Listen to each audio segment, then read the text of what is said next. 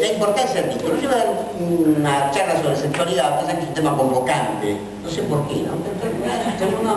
La sexualidad, ya veo que miradita, bueno, ¿de qué va a hablar? Y además la gente se pone incómoda, no hablará de mí, ¿no? Porque por ahí hay una cosita, bueno. Entonces yo dije, bueno, voy a aprovechar a hacer el título es muy importante. El título es muy importante. El título es como la leche condensada.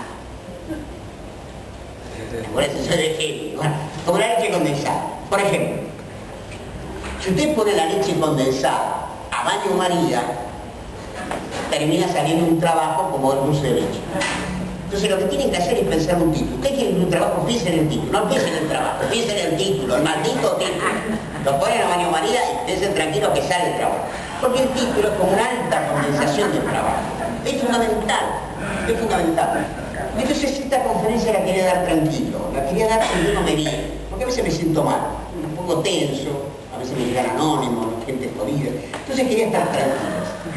Entonces el título que se me ocurrió, que no implicara mucho como cosa de compromiso, no una cosa suave, es otra eyaculación es posible.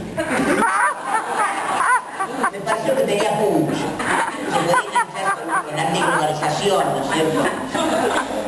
Venía bien, realmente yo creo que me impactó. Los carteles se veían medio raros, ¿no? Yo tenía un paciente que, por ejemplo, consultó por eyaculación precoz, estaba muy angustiado, hasta que yo le dije que en realidad no era un eyaculador precoz. Él tenía fast ejaculation. Que para el DSM-5 no es una enfermedad, es un modo de ser, digamos.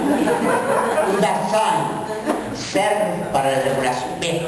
Entonces, en una conferencia, me contó un colega, una conferencia sobre sexualidad que es un dato interesante, por ahí lo conocen, pero yo lo voy a tomar. Y esto me molesta mucho tener que contar cosas que nadie escuchó jamás, es imposible, todo el mundo escuchó, una más. Bueno, la conferencia es muy simple, hay una dirección directamente proporcional, una relación directamente proporcional entre cantidad de relaciones sexuales y felicidad.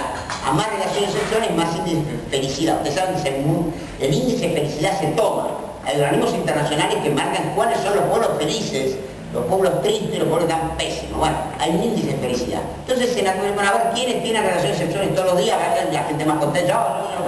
Uno puede confiar, pero no importa. Seamos reales. Día por medio también contento. Una vez por semana un grupo no estaba bajoneado, pero ya no era lo mismo, ¿no?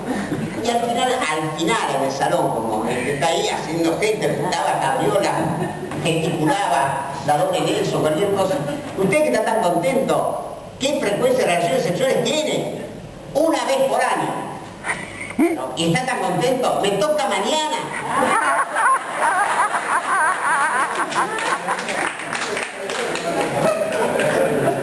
Bueno, entonces tomé un tema suave porque hay que ir de a poquito, ¿no es cierto? Hoy, qué sé yo, es un día tan especial, no sé por qué, uno siempre dice, ¿qué día es especial? ¿No? El tema del sexo oral. Bien. El sexo oral es como un mito urbano, es como un antes y un después. Yo hice muchas guardias en el conurbano y me acuerdo una vez que escuché un muchacho que hablaba elogiosamente de una chica y dijo, ustedes respetarán, pero yo tengo que transmitir el discurso del pueblo popular, no sé si nacional porque creo que era gringo, pero bueno, popular era. Me encanta la Teresa por la forma que tira el fideo. Yo pensé que estaba hablando de la tallarinada de los domingos, digamos. En el momento de tirar los fideos con una buena pomarola, qué sé yo, parece que no, parece que era otro tema. Entonces ahí empecé a investigar el tema del sexo oral. Y realmente pregunté, usted sabe que doy cursos de psicoanálisis y otras cosas menos importantes. Entonces, a ver, denme una definición del sexo oral. Le pregunté a dos colegas, gente así. Algunas necesitan, por favor, con palabras, sexo oral. alguna empezó como estupendo. No es hígado con mímica, no, una definición de sexo oral. Un ejemplo de sexo oral, si no quiero. Nadie la acaba nada. Parecía entonces que tenían detentadas como sal, ¿viste? ¿No? Entonces yo dije, bueno, yo les voy a dar un ejemplo de sexo oral.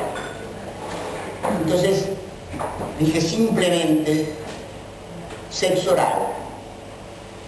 Lamento decir esto cuando entra una persona, porque por ahí lo toma referencialmente, pero no tiene nada que ver, ¿eh? Que va que sea sexo oral, ajá, sale corriendo o viene corriendo hacia mí.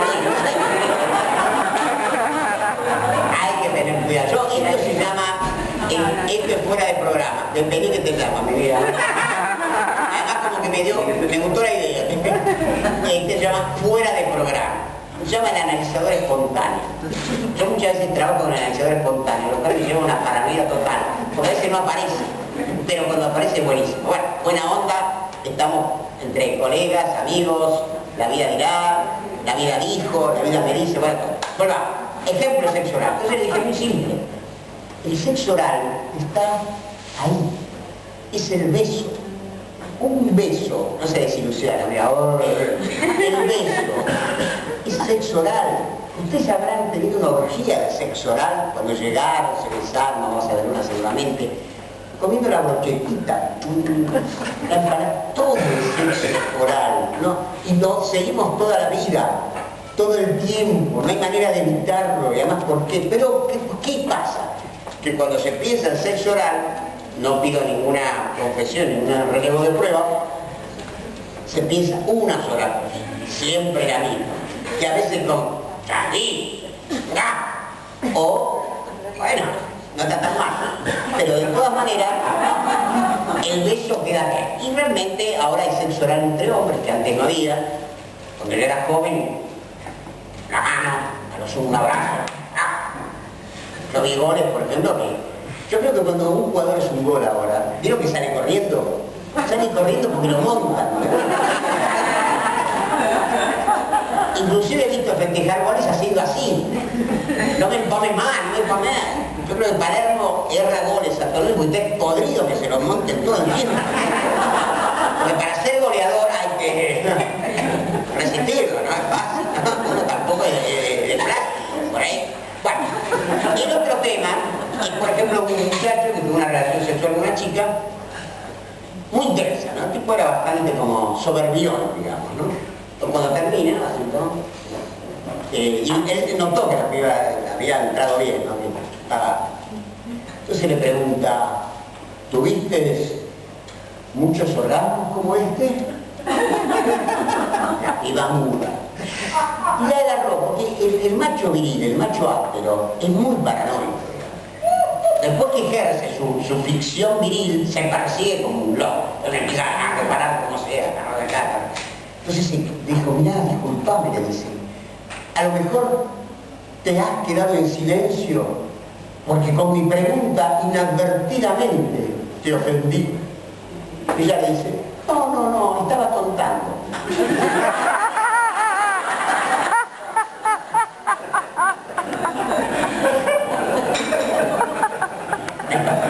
Me da la impresión que varias han estado contando. Pero no lo van a decir nada. Bien.